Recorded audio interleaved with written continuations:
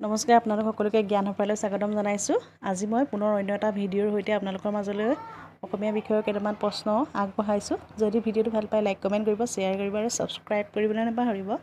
আজিৰ প্ৰথম প্ৰশ্নটো হৈছে গোট গৰু জতুৱা ঠাঁচৰ অৰ্থ হৈছে অপশ্যন নম্বৰ ক মহামূৰ্খ, খ এটা গৰু, গ গৰু পোৱালি, ঘ খঙাল দুখ। শুদ্ধ অপশ্যনটো হৈছে অপশ্যন নম্বৰ ক মহামূৰ্খ।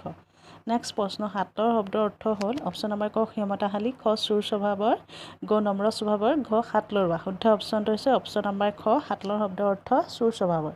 নেক্সট প্ৰশ্নটো হ'ল মানুহজন বৰ হাত দীঘল, এই বাক্যটোৰ অৰ্থ কি? অপশ্যন নম্বৰ ক মানুহজনৰ হাত দুখন বৰ দীঘল, এইটো নহ'ব। খ মানুহজন বৰ দুষ্ট, এইটো নহ'ব। গ মানুহজন বৰ শান্ত, এই অপশ্যনটো ভুল। ঘ মানুহজন বৰ প্ৰভাৱশালী, এইটো ইয়াৰ শুদ্ধ উত্তৰ হ'ব।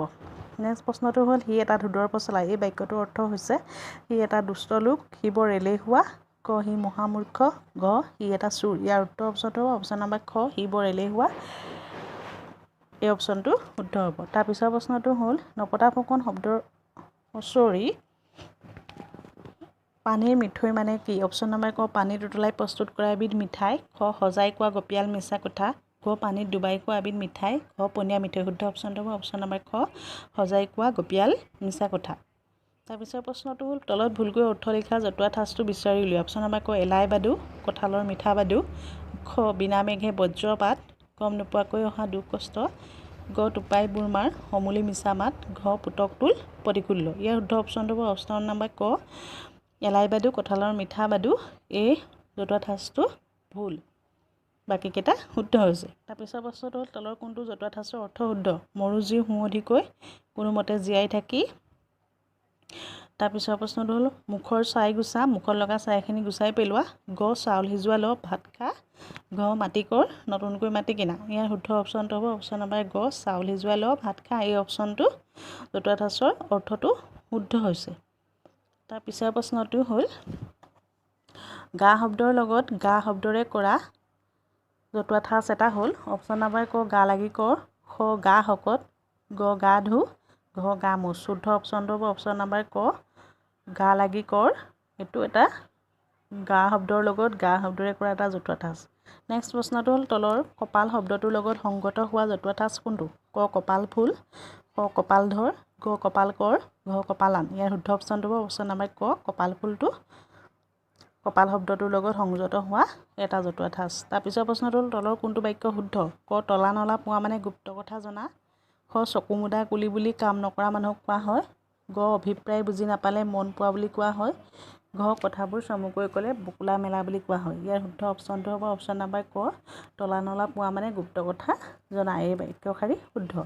তাৰপিছৰ প্ৰশ্নটো হ'ল ৰজা নোহোৱাকৈ ৰজাৰ ক্ষমতা চলোৱা লোকক কি বুলি কোৱা হয়? অপশ্যন নম্বৰ ক উঠি ৰজা, খ ল'ৰা ৰজা, গ নপতা ফুকন, ঘ তলতীয়া ৰজা। শুদ্ধ অপশ্যনটো হ'ব অপশ্যন নম্বৰ ক ৰজা নোহোৱাকৈ ৰজাৰ ক্ষমতা চলোৱা লোকক উঠি ৰজা বুলি কোৱা হয়।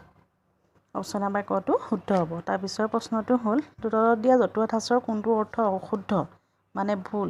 ক বাট-কুৰি বাহ, ঘনাই পতি অহা যোৱা কৰ, খ নাকনি কাননি কৰ, কষ্ট বা যাতনা দি অস্থিৰ কৰা, গ কাঠ সংস্কাৰ কৰা, মৰা মানুহক দাহন কৰ, ঘ গাই বাই চা পাঁচ উহুকা। ইয়াৰ শুদ্ধ অপশ্যনটো হ'ব অপশ্যন নম্বৰ ঘ গাই বাই চা মানে পাঁচ উহুকা, এই জতুৱা ঠাঁচৰ অৰ্থটো অশুদ্ধ।